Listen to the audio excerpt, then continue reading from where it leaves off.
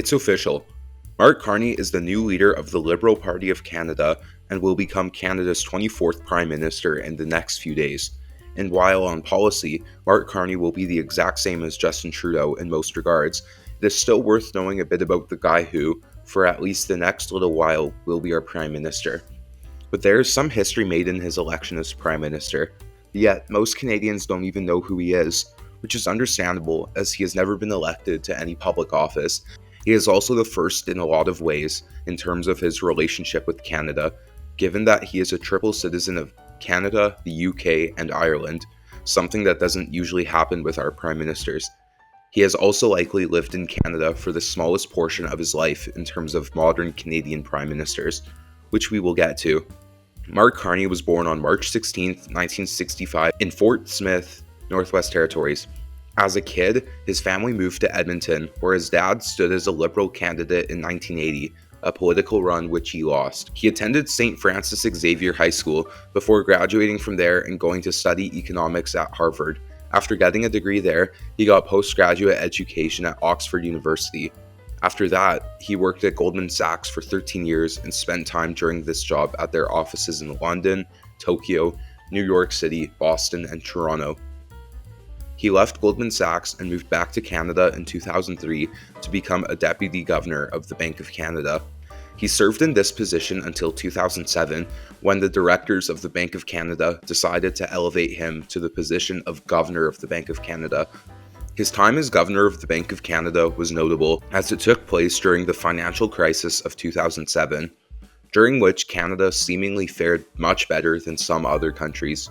Now, whether he deserves the credit for this or not has been debated online a fair bit, but the fact is that during a time in which Canada weathered a financial crisis, he was the one leading the Bank of Canada.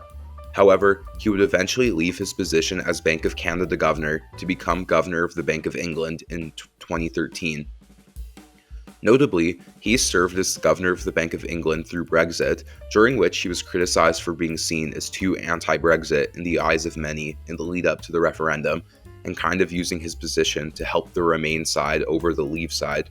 After declaring himself to be a European, he left that job in 2020 and moved back to Canada at some point. He has served in many positions in the UN, the private sector, but also advised Trudeau in many positions, formally and informally, since he left the Bank of England. His only real criticism he has offered in the media of Trudeau's policies was the fact that the carbon prices weren't set high enough in his view. Now, so far, carbon prices have been applied sparingly. They've been set far too low. But now he says he wants to get rid of, replace, or something to the consumer carbon tax.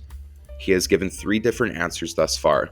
He was the chair of numerous boards and resigned from most, but not all like he claimed, of all of his positions on these numerous boards and agencies to run for Prime Minister.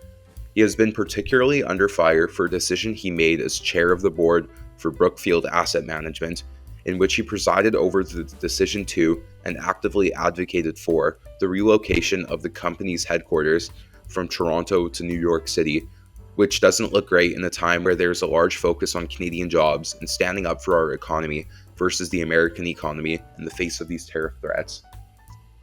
Enter today, where Mark Carney is the Prime Minister designate of Canada.